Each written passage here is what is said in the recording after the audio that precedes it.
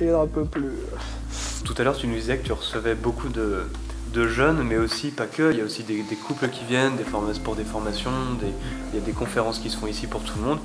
Mais spécifiquement, qu'est-ce qui se passe pour les jeunes? Donc les ados se voient une fois toutes les 2 semaines, mais ils font quoi? Les jeunes, quand ils viennent ici, qu'est-ce qui se passe ici? Et c'est pour quels jeunes en fait? Quel type de jeunes? Donc c'est pour tout jeune, hein, c'est pour tout le monde. Qu'est-ce qu'ils font ici? Pourquoi ils viennent? Je crois qu'ils viennent pour la fraternité. On vit des moments forts ensemble. Il y a beaucoup de joie. Des jeunes qui ont beaucoup de soucis, beaucoup de difficultés. Et quand ils quittent le couvent, après la prière, après un temps intense de fraternité, après avoir écouté des enseignements qui touchent le cœur, qui parlent à leur vie, ils rentrent chez eux renouvelés, plus ouverts, plus joyeux, plus libres, plus légers. Et donc ils reviennent souvent avec d'autres copains. Et donc ça c'est... Je crois qu'ils viennent pour cela. Et puis c'est une bénédiction pour nous d'être en plein centre de la ville. Parce qu'il y a du monde partout. On vit aussi dans un quartier assez particulier. Hein. Mais on sort aussi du couvent, donc ça c'est franciscain aussi. On n'est pas des moines, donc on ne reste pas renfermé derrière nos murs, mais on va à la rencontre des gens. Il y a une semaine, avec un groupe de 4 personnes, on est parti passer un week-end avec des immigrés au parc Maximilien. Je ne sais pas si tu savais, il y a tous les immigrés qui dorment là sur place. Et donc on a partagé la vie des immigrés pendant 3 jours. Et c'était très riche, intense. Mais tu vois aussi la pauvreté qu'il a à notre porte. Et donc tout ça nous interpelle. Et on essaye aussi de sensibiliser nos gens à la misère qui est tout près de chez nous. Et en tant que frère franciscain, comment vous incarnez justement cette pauvreté? Est-ce que c'est difficile? Parce que vous n'êtes pas appelé à vivre dans la pauvreté non plus, mais vous avez une mission particulière auprès des jeunes, etc. Mais comment vous incarnez justement cette pauvreté que Saint François exprimait vers sa vie? Donc il y a plusieurs manières.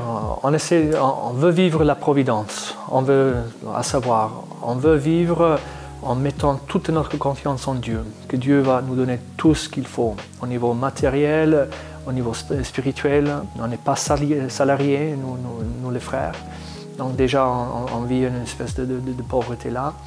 Puis de temps en temps, on a fait ça avec les jeunes cet été, on a vécu une marche, 9 jours, on a marché au bord de la mer en Bretagne.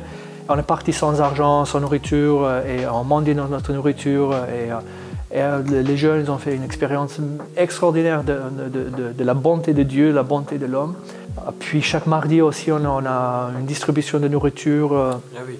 Il y a 120 personnes qui viennent chez nous en cherchant des colis alimentaires. Et donc là, on essaie de les aider là aussi. Et donc voilà, tout ça sont des formes d'un style de vie pauvre. Hein. J'étais mort de rire la dernière fois. Je sais plus si je te l'ai dit. Clément qui était là à taper. Ouais. Vous l'avez enlevé? Non, il est toujours là. Et il a besoin de se défouler. Et ça ce qui paraît, tu vas acheter des masques, des casques. On va se taper. On va se taper, oui. Un postulant et un frère franciscain qui ont besoin... Parce que je fais de la boxe là au Mont-Saint-Michel et qu'est-ce que ça m'a fait du bien. Est-ce que tu peux nous parler un petit peu de ce qu'est une journée type pour toi en tant que frère franciscain ici au centre-ville de Bruxelles? Bon, au cœur d'une journée, c'est la prière. J'ai pris 3-4 heures avec mes frères en communauté, puis j'ai pris tout seul dans mon coin, dans ma chambre, seul 1 heure ou 2. Quand je dis prière, ça inclut aussi la lecture de la Bible, la lecture de livres, tout ça. Surtout que c'est assez spécial parce que ici vous êtes que 4 frères, et alors comment, avec tout ce qui se passe ici, comment vous arrivez justement à gérer? Il y a aussi des gens qui vous aident aussi, ou comment vous arrivez à vous dispatcher un peu tout ça, quoi? Je ne sais pas comment ça tient. Honnêtement, je ne sais pas comment nous sommes arrivés à ça et comment ça arrive à fonctionner. Mais voilà, on n'est que 4. On travaille sur plusieurs fronts. On est une communauté, on est chaque frère est très particulier, on n'est pas tous pareils. Entre un frère qui est assez réservé, timide, qui fuit les gens, hein, qui est dans de tous ces psy et développement personnel, mon gardien qui est fort dans le charisme et un vrai leader. Et voilà, voilà, moi je suis comme je suis. Et ça, c'est une œuvre de Dieu déjà qu'on arrive à vivre unis et être bien ensemble, c'est une grâce. Et puis, voilà, pour répondre à ta question, le boulot qu'on fait, c'est beaucoup, on arrive à faire beaucoup parce qu'on a des gens qui nous aiment bien, qui travaillent avec nous et à nos côtés. Et donc ici, vous êtes donc des frères franciscains conventuels. Il y a plusieurs branches de franciscains. Et vous, pourquoi vous n'êtes pas dans un couvent à la campagne ou dans un monastère enfin, c'est quoi un peu les différences comme ça de ces différentes branches? Les franciscains ne vivent pas un style de vie monastique. Les moines, tu vois, ils se séparaient du monde. Ils voulaient créer une espèce de paradis sur terre, mais derrière des murs. Saint François ne voulait pas vivre ça. Il voulait vivre l'évangile où Jésus envoie ses disciples 2 par 2 dans le monde.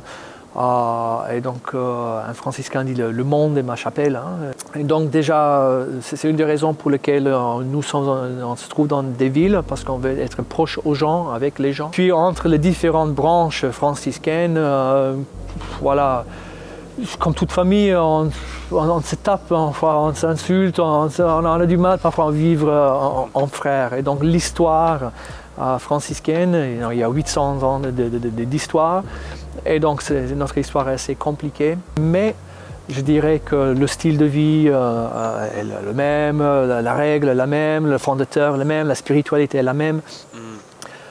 Et donc voilà, c'est plutôt l'histoire qui nous divise. Bon, on va pas se mentir, vous l'avez sûrement deviné, je connais très bien ce lieu et ceux qui l'habitent. Pourquoi ? Parce que j'y ai vécu pendant 3 ans. Ce lieu est comme ma 2e maison. Les frères m'ont recueilli à un moment de ma vie où j'étais perdu et où je ne voyais plus d'avenir. Je les remercierai jamais assez pour ça. C'est ici que j'ai rencontré ma femme, c'est ici que j'ai rencontré des frères et des sœurs qui m'ont soutenu et qui m'ont aidé. Je connais chaque recoin de ce couvent, chaque recoin de cette église, et je m'y sens bien. C'est aussi pour ça que j'ai décidé de faire cette série, pour que les personnes qui, comme moi, étaient en quête de sens, puissent trouver quelque part, près de chez eux, un lieu de paix, d'amour qui soit vivant.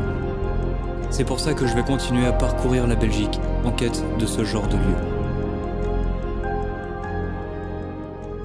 Voilà, c'est déjà la fin de l'épisode. Je tiens vraiment à remercier le couvent Saint-Antoine de nous avoir ouvert ses portes et autant qu'on a pris à Frère Jack, vraiment merci à lui. C'est vraiment une personne inspirante. Si vous voulez retrouver les frères franciscains, ils sont situés au 17 rue d'Artois à 1000 Bruxelles. Ils ont un Facebook, Franciscains Conventuels Bruxelles. Ils ont une page Instagram aussi. Ils ont un site internet. N'hésitez pas à consulter ces supports pour aller voir ce qu'ils font. Il y en a vraiment pour tous les goûts et pour tout le monde. N'hésitez pas à checker leur site internet. Tout ça, ça se trouve en description de la vidéo. Et alors, si tu as aimé cette vidéo, si tu aimes ce projet, si tu aimes cette chaîne et ce qui s'y passe, n'hésite pas à mettre un pouce bleu, à partager la vidéo sur tes réseaux sociaux et à t'abonner à la chaîne.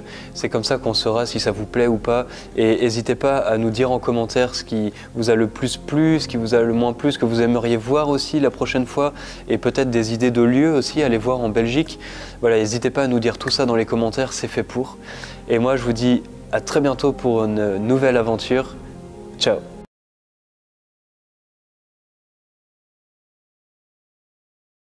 T'as pas froid aux pieds? J'ai froid partout, en fait. Tout l'hiver, tu restes les pieds nus comme ça? En gros.